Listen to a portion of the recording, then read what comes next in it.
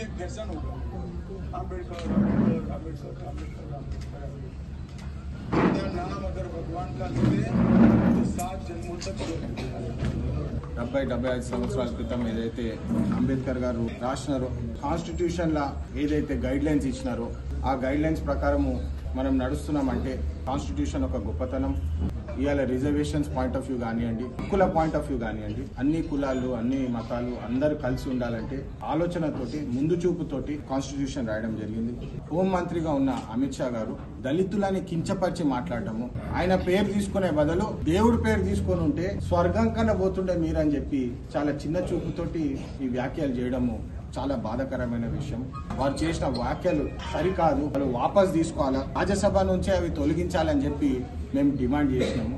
అమిత్ షా గారు వెంటనే అపాలజీ చెప్పి వారు రాజీనామా కూడా చేయాలని చెప్పి మేము కాంగ్రెస్ పార్టీ నుంచి డిమాండ్ చేస్తున్నాము.